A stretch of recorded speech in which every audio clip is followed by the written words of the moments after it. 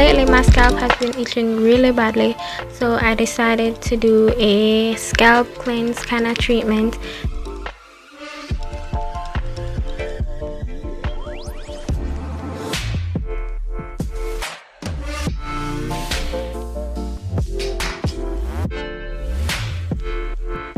The Epsom salt is basically a crystallized form of the pure mineral compound magnesium sulfate. Epsom salt is really good for treating hair that's oily, and it also helps to revitalize dry hair. I'm using white vinegar, and the acid content in the vinegar reduces the itchiness of the scalp and basically helps to bring down the amount of flakes that you have in your hair.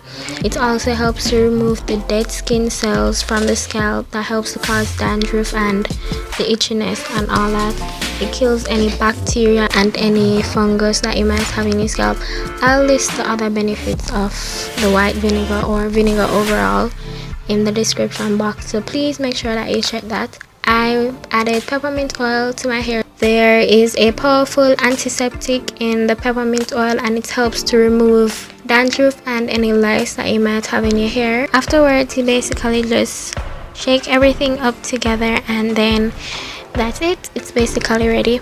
So I'm just showing you a clip of my hair right now, so you can basically see what I'm working with. You can see the amount of flake that I have. It's not really that bad or that much, but it's there. I basically started off by spritzing my hair with water, just the roots of my hair with water, because that's the only place that I'll be adding the mixture. So afterwards I just went straight ahead and applied the mixture to my hair directly onto my scalp, and I didn't do it in any specific order. I just felt around my hair and just applied as I went along. After applying it to my entire head, then I basically massaged the mixture into my scalp for about 30 seconds to a minute, and then I went to wash it out basically.